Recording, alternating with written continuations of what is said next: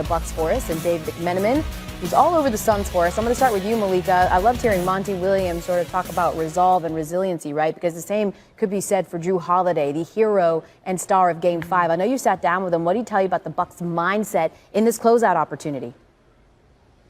Well, Drew told me that a couple of times during this series, earlier in the finals, he'd reached out to his former teammates. He's reached out to other folks for advice. But at this point, he said, they need to all turn inward. And so he's not asking others what he needs to do. He's coming into his team, and they are focusing on themselves. Take a listen to what he had to say. It's just kind of like focusing on ourselves as a team, knowing that this is the biggest game and this is one of the hardest, which is the closeout game. So I think just focus on ourselves, really tightening, being able to pay attention to details, because that's really Leaving it all out there seems to be this team's collective mindset now. And Giannis Antetokounmpo said that he thinks this team is its most dangerous when they are humble. And so they're trying to come into this game with the appropriate humility. They know that probably the Suns were thinking, Giannis said, they were going to be able to go home and take care of business in Game 5. That isn't what happened for them. So they're trying to avoid that same fate. There is such a level of focus, Elle, that some of the Bucks actually aren't even staying at home right now. They're staying in hotels so they can really key in on this Game 6. No distractions, right? No distractions. And we just heard Giannis go viral recently talking about humility and his approach to this series, right?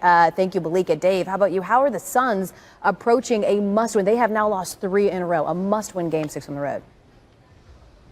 There's already been a couple moments that have allowed Monty Williams to believe that his team will be ready for the task at hand in Game 6. One, on the flight out to Milwaukee, he said, the look in my players' eyes has been the same it's been all playoff long. It's not like there's any sense of despair already creeping in. And then at Monday morning's breakfast meeting, he said he looked around the room and saw conversations being had at different tables. And he said it was a really cool moment because it allowed him to know that his team has not let go of the rope. They're still mentally locked in and believe they can get it done. Now, only 4 teams in the history of the NBA playoffs, the NBA finals, have fallen down 3-2 and come back to win. 21 teams have gone to lose. But Devin Booker said, we're not like any of those other teams. The last team to do it was LeBron James and the Cavs in 2016. He said, that's not our group. We have our own guys, and we believe we can get it done. And Chris Paul added that this is exciting. It's exciting because if you told us back at the beginning of the season started, if we had to win 2 games in a row to win the NBA championship, we'd all take it. And so they are embracing that challenge. And we should all be embracing this, right? Because after the first couple of games, there was a lot of chatter about maybe a sweep or Suns in 5 or 6. And now maybe we get a Game 7, but at least a Game 6 as the Bucks look to close it out tomorrow night on ABC. Malika Andrews, Dave McMenamin with the latest. How about the odds, Kevin? What do you think? Who do you think is getting Game 6?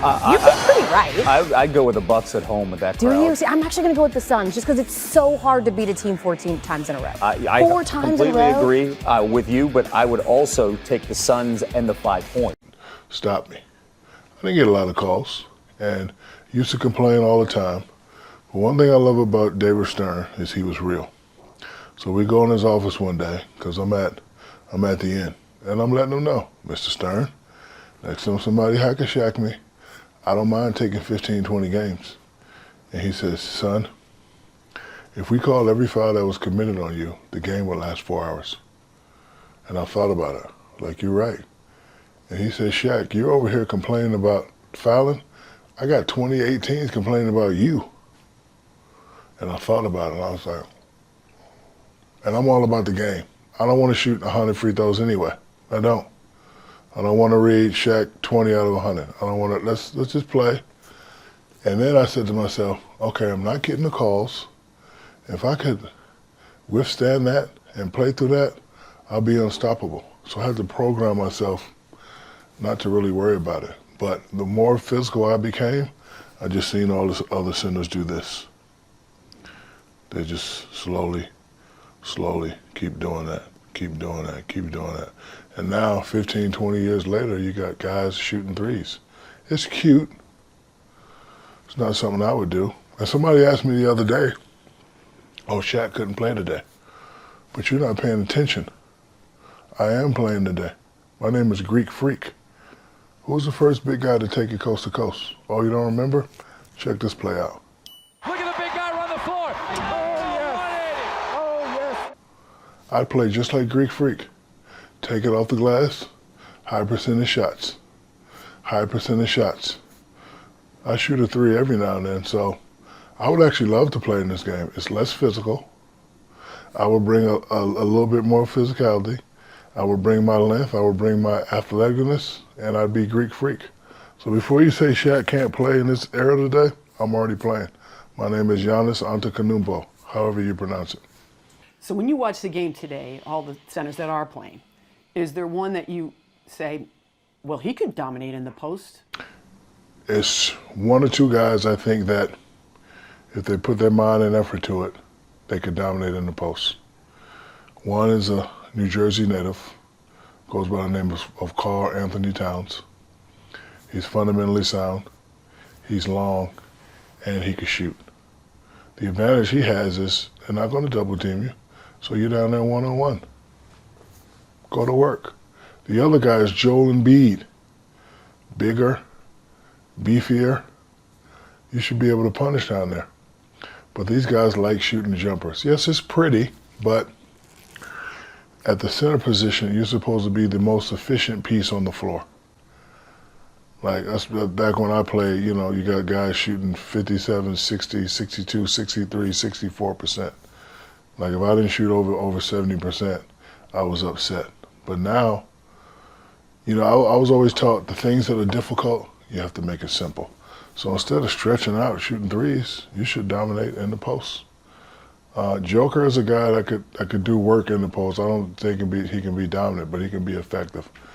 So they're not in part because all the analytics guys from those respective teams are telling them this is no longer a high percentage shot. What do you say to those guys? If you got a skilled guy like me playing in the post, you can't tell me it's not a high percentage shot. Right now you got a lot of unskilled guys trying to play the post who don't like taking the contact, which makes the analytic numbers sound about right. And then if you already don't want to feel the contact and you're looking at something that's in your favor, it's just going to push you out even more. But it's not true. Analytics are numbers and stats and all that, but they can be broken. And they can be broken by something called adrenaline. Like they always used to say, don't let Shaq go middle. But if it's playoff time, I'm going to fake middle and go baseline. And I'm going to kill you that way. Or every time Shaq turns back over the right shoulder, he's 40%. Not today. This is playoffs. Oh, you foul Shaq today. You know, foul him, he's shooting 60%. But how many times have they tried that in the final? It's the one factor that can always break analytics is adrenaline. So, you know, he shoots 2 or 10 from here, but some guys, when they get it going, they just get it going. It ain't nothing you can do about it. My contention is if a big man comes in and wants to dominate, he can dominate, and easily. Because we have shifted away from physicality and shifted away from all that. Teams don't know how to play anymore. Like right now, teams are switching 1 to 5. I wish Spud Webb would have switched out on me. I wish Doc Rivers would have switched out on me. So if you get another guy that comes in, it'll be like it was back in the old day. There'll be one guy that you got to change your defenses for. But he would have to be like so dominant because, you know, he'd have to average.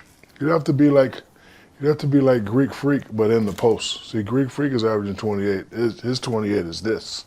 If you get a guy that just stays in that area and does that, then the game will start to shift back. But Kenny Smith said something one time, and it made a lot of sense. He said that all the players that you're watching now, we were products of their environment. And it was true. Because when I was coming up, big guys didn't shoot jumpers. I watched Ewan. And I watch all these guys, Kareem. We never shot jumpers, right? So then I'm pushing all these guys and beating all these guys out, and here comes Dirk and Garnett and all these guys. Now you got the guys watching them, and they're saying, I can't do what Shaq do. I can do what he do. And they go outside and practice that. And then you got a couple guys that like the physicality, and they watch me. Like I wasn't watching David Robinson. I'm not that skilled. I'm not watching, you know, guys that were fundamentally sound and, you know, study the game, and I couldn't watch that. I watched